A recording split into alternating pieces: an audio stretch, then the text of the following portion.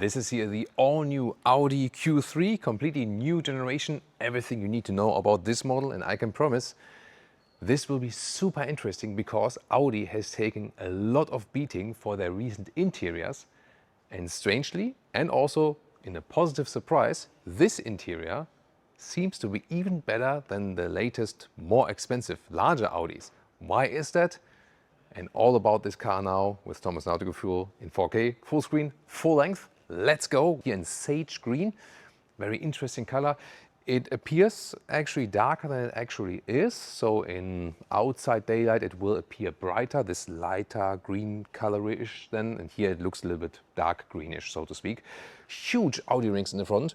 There are also sensors behind it. And the size here is actually the size of Leah's shoes, so like 41 in EU size or 9.5 in US size. She found out by like holding it here. Very funny thing. Mine is still bigger, you know, because I'm like Bigfoot Thomas, you know.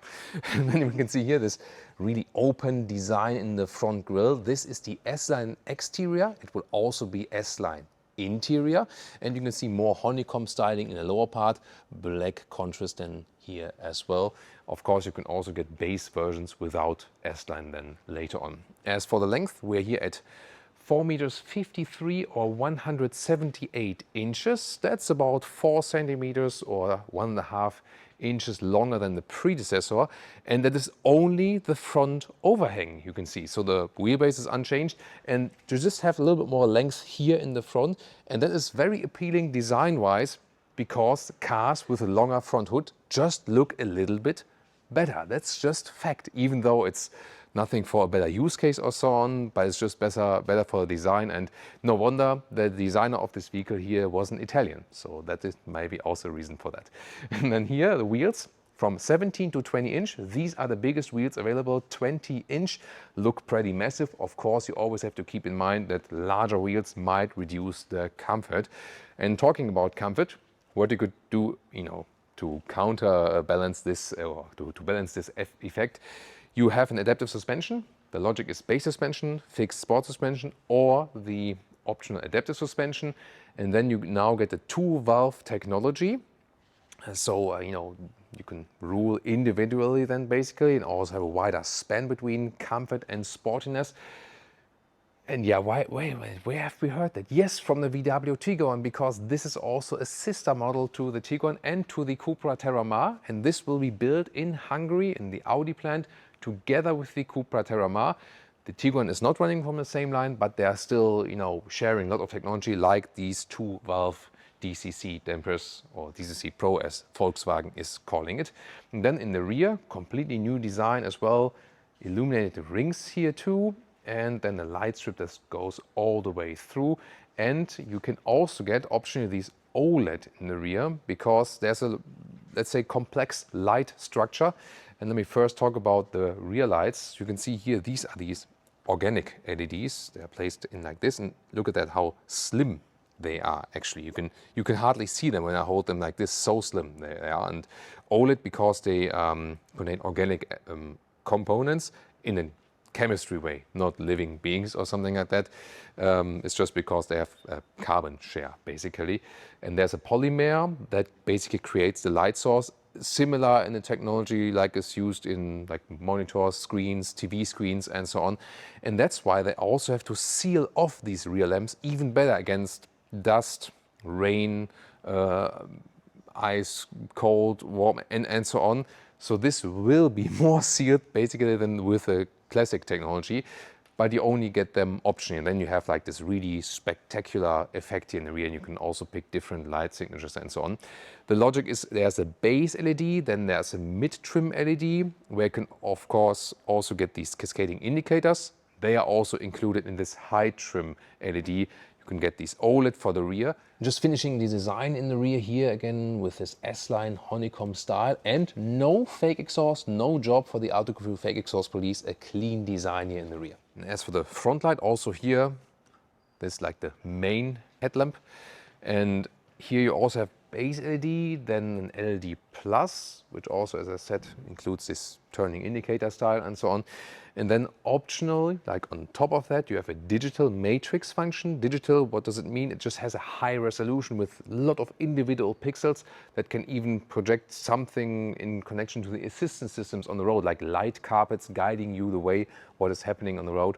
Not a necessary feature, but something that goes even beyond the features that, for example, the Tiguan or the Terramar are offering. The base hardware is, so to speak, the same, just Audi has a different application to it, offering even more. And interesting discovery here, like a Rolls-Royce feature with Audi that they always keep upright when they stand still, and also sounds cool, and it looks interesting, especially on camera. You know, like Leah said, it almost looks like an infinity symbol when it's turning then in a fast way or spinning. Yeah. When you're bored at the parking lot, yeah, the kids will love that, I can tell you. Very interesting and important here. From the first tech grade pack, then here you get the dual insulation here, the lamination in the front window, and for the rear window, it's actually not. However, then we have that in one in the front from the first tech pack. This one here is a little bit thicker than it would be from the standard trim, and it's very interesting because Tiguan and Tayron, for example, they get the dual lamination both front and rear. Yes, here at least you have it a little bit thicker in the rear, but I would expect the Audi to have like at least the same thing.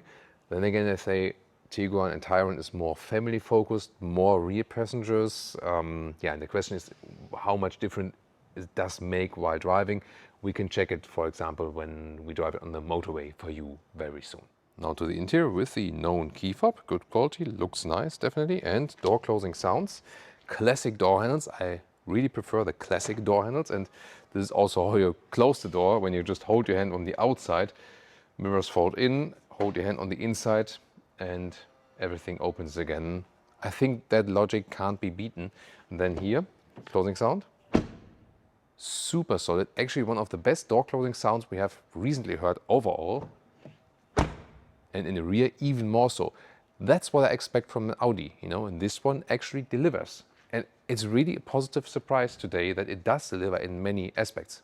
There are also some aspects to criticize, soon to come, but in the whole scheme so far it really delivers. And then inside of the doors, this is interesting, also completely new. This is not just like a plain black plastic. First of all, it's a little bit softened up when you touch it, and this not only has just a black scheme, but something like a visual structure inside. That's interesting. Then here, microfiber for the S-line interior. Here you have it's like a laser cutting where the ambient lighting shines from the background through the microfiber. Also a nice and solid door handle here, opening and closing. There's now here an optional Sonos sound system, by the way. Also here the real window levers with two-step and clicking feedback, like that. The only thing I think is missing is here, there's no fabric inside at the door here. At least there's a rubber pad in the lower part that things don't slide around that easily. Memory seating here at the inside of the doors as well. So that's also in an interesting position. Then you have the S-Line entry sill badge, because this is both S-Line exterior and interior. We can also separate that. S-Line steering wheel. At the moment you can see everything is dark, but when I hit the ignition, then you see, hold the remote key against the, I have to put the key in there. There we go. And you can see there's an illumination from the background. I do prefer the classic wheel jogs on the Audi steering wheel, gotta say that, but at least these here also have a clicking feedback. And here the two-dimensional Audi rings, I mean, they look good, yes, but the three-dimensional Audi rings were better, gotta say that. New to this vehicle are the stalks behind. This is super interesting. So here on the left side, this is the turning indicator. And it is unusual, yes, and new, but this is in a way a new integration where I say like, hey, that's okay, or that's interesting, because it is in the same position. It's physical like before. It's just more integrated in that unit, you know, and that's why not? And the shifting is on the other side soon when I show that to you, but why not? And also here this here there's this separate stalk column for the ACC. That one has also remained the same. We also have some aluminum deco element is also available. It's aluminum style, it's not real aluminum, but there's also wood style available. And then here, these seats, these are the top sport seats, so the highest trim level seats that are available. And they have a thick microfiber here in the middle part. You can see also here it's kind of plush. They have some fabric on the outside and also shoulder accentuation. In general, there is a base seat and a sport seat from the different ergonomics. This here, the sport seat, and then different materials. In Europe, you can also get, for example, fabric, or this one here, then the microfiber mainly with some fabric, but they will not offer the fabric or microfiber on the Northern American market, for example, which I think is not a good decision because the only alternative is a mix of animal leather and leatherette. And they do not offer a high-grade full leatherette seat, for example, like BMW is offering, in which Rima has a higher quality and even better durability. So yeah, a little bit of hit and miss there. Good offerings for Europe, not so good for the Northern American market. Steering wheel could even be ordered in an animal-free one, if you like. And it's also supposed to be in the configurator, they say. Then here, in and out, up and down. It's a good control for that. And you can see how this whole console there moves together with the steering wheel. That's really interesting. So, I mean, it's a fresh design. And look at that here. Also, the controls for the wipers are actually here. You turn them like here. And I mean, why not? This is something new. I mean, sometimes we see new features on the car and it's like, why? Like, no one asked for it, and why do it in a different way? This doesn't make any sense. But here, it is new in a way, but it's logical. You don't need to learn it. You see, like in 1 second, what you're gonna do, and that's fine to me. Welcome to this completely new cockpit. First of all, headroom here with 1A9, 6 for 2, a lot of headroom left. Soon more info about possible panoramic roofs when we're at the rear. And then this new unit is on the one hand known from the other new Audi models, 13-inch infotainment system on the right, 12-point-something-inch instruments on the left. They form together one unit, but the application software and also the positioning is a little bit different. That will be super interesting, I can tell you. Here in this trim, we also have microfiber here on the top of the dash. Then in this rather shiny deco element, I heard there's also wood available. I would probably go for that one then, especially if there would be a matte wood. We have to see in the configurator later on. Here also nice sounds when you open and close the vents on the right side. Nice ambient lighting integration here, straight line. And then here, glove box also properly dampened. This is then to clean the high gloss black areas here. And good closing sound. Here from the seats, by the way, you can also put this front part a little bit longer and ISOFIX already on the passenger seat. Sorry about that. More ambient lighting integration right here at the sides. And I think from this perspective, you can also now better see here this ambient lighting integration at the inside of the doors, where you have like this leather cut microfiber. It's also pretty cool. Yeah, this middle console to me has too much high gloss black, definitely, but you can slide this one open. This is nice. Here's an inductive charging pad for your phone, also with active ventilation and 2 USB-C chargers. And if you close that, then you also have a clean atmosphere. So they recently also increased the fines for looking at your smartphone while driving in Germany. And on the one hand, you say, I mean, people are eating, smoking, whatever, doing in the car and can do everything in the infotainment system, but then everything with the phone is forbidden. You can see, is it maybe a contradiction? But on the other hand, there were accidents where people died, and innocent people, because people were looking at the phones. So on the other hand, I could say, it's also maybe a good idea to put high fines on that. And we really all, because it's so tempting always to look at the phone, we really have to, educate ourselves and say, while driving, we should better not do that, or maybe ask the passenger or something, or if there's something important, then there's CarPlay meanwhile, that's the integration, or then just, stop at the side of the road or something. So I think it's good that we can actually also close it then, and that's also a clean solution. Nice that we still have a manual volume jog here. There we go. And also with changing music titles, start and stop here, electric handbrake, and then here 4-dot adaptive design for the cup holders. That's nice. And this is a microfiber cover, also soft enough for your elbow. You can put this one up, more space underneath. That goes a little bit wider in the front there. And let's see if we can also, yeah, we can also check out different heights for that. Cannot be extended in the front. And then what's also pretty cool, here you have on the right side a hotkey to the assistance systems, for example. Then just click it here once and you can directly deactivate some of the assistance systems right here. So this is like one way to deactivate the warning tone if speed is exceeded. And it's really clear in the display here. And this is like 2 clicks, but it's also possible to put it at the favorite button on the steering wheel. This one can also be assigned to this, speed beep beep beep being off. So good new shortcuts as for that. And I really love this attention to detail. Look at that. There's a microfiber cover here, and then you can really push that in for the knee pads, left and right side on both sides. It's really soft underneath. I love this attention to detail. This is good build quality. And now the driver POV, really interesting. Here, when you press and hold the favorite button, then you come to a menu where you can individually set what you want to have here as the favorite button. So that's a cool thing. And here once again, this one was directly for all deactivation of assistance systems when you click them there. And drive select is also in the lower part, that you don't have to do it in the screen. And here you can see now with this Android backend, look at these visualizations. And so far stuff like this was pretty much laggy in the infotainment system, but here now is a very good resolution and looks also quick, and I don't have to confirm it in the screen. I can just keep on clicking it through here in the, these are beautiful legs. Hello. Thanks for the camera work for today, Ori. And of course, and the lighting work. You don't need the light, actually. You shine so much yourself. Back to our review, because very important part is here the switch gear. Look at that.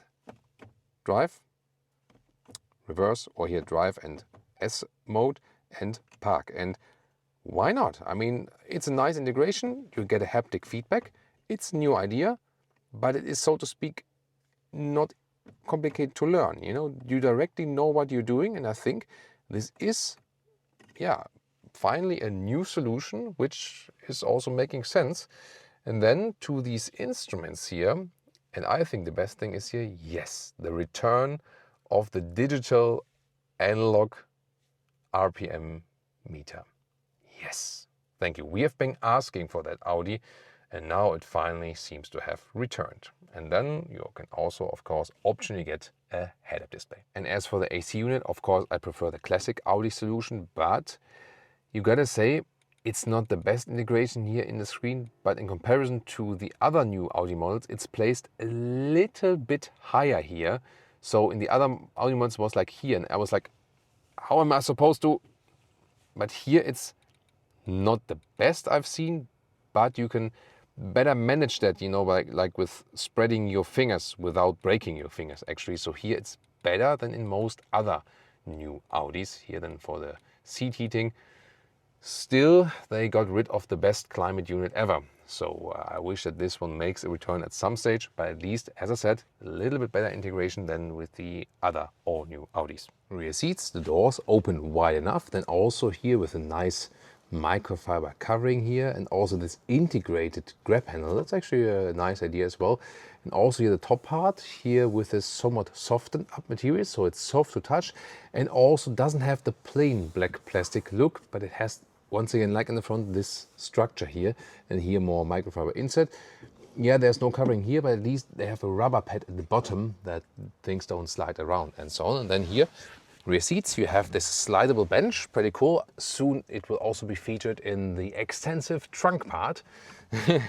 So here, there we go. And there's about 17 centimeters forward and backward, isofix at the outside each, and then you have these lashes here, and then you can control the angle of the seat as well. And you also have this top seat setup here in this very spec vehicle with the microfiber and the fabric. And once again, maybe you guys in the Northern American market can tell your Audi dealers that you also want to see something like this, because Audi Northern America says, or Audi USA says, we don't want that, our customers don't want that.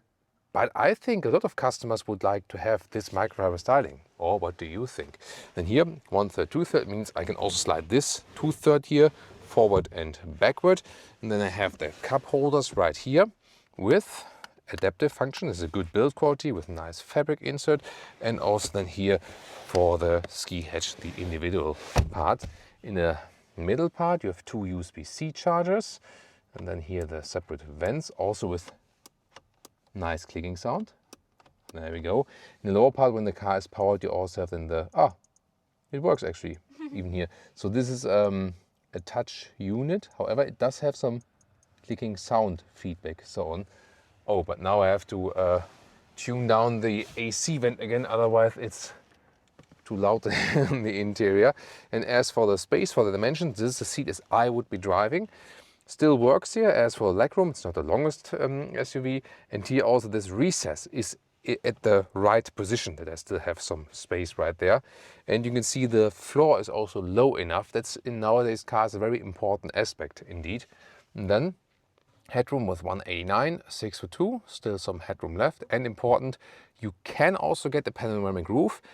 And this option, it would be a panoramic roof that actually really opens as for letting air through. And also that is important to mention nowadays in car age of fixed closed panoramic glass roofs. This is what I mean by attention to detail, by the way. This is the rear door from the inside. You can see here there's an ambient lighting at the rear door here at the grab handle. So good that they all thought of that. As for the trunk, 490 liters, and I gotta apologize because in some of the recent videos, because there was this one Toyota filming there where we had like 5 vehicles in 2 languages at the same day, I forgot the normal length of the trunk. And to me, that's, I mean, Thomas it's was at home like, oh yeah, my I God, was yeah. crying all day, literally, like, and I'm so sorry. This should never happen again. Of course, I mean, I think in about probably 2,500 car videos, I did do that. And in 2, I think I did not. I'm really sorry about that, but it will come today, of course. Then now here at the 490 liters, this is like 1 meter or 40 inches in width.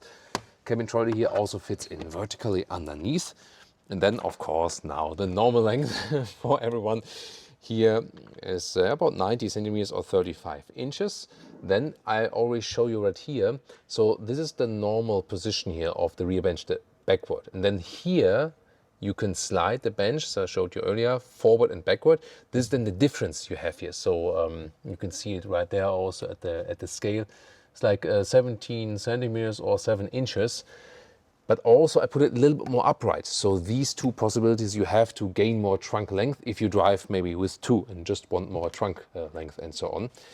Then here underneath could also fit a spare tire, also a subwoofer, maybe both. And then this one you can also put a little bit lower. There's like this lower step available for that.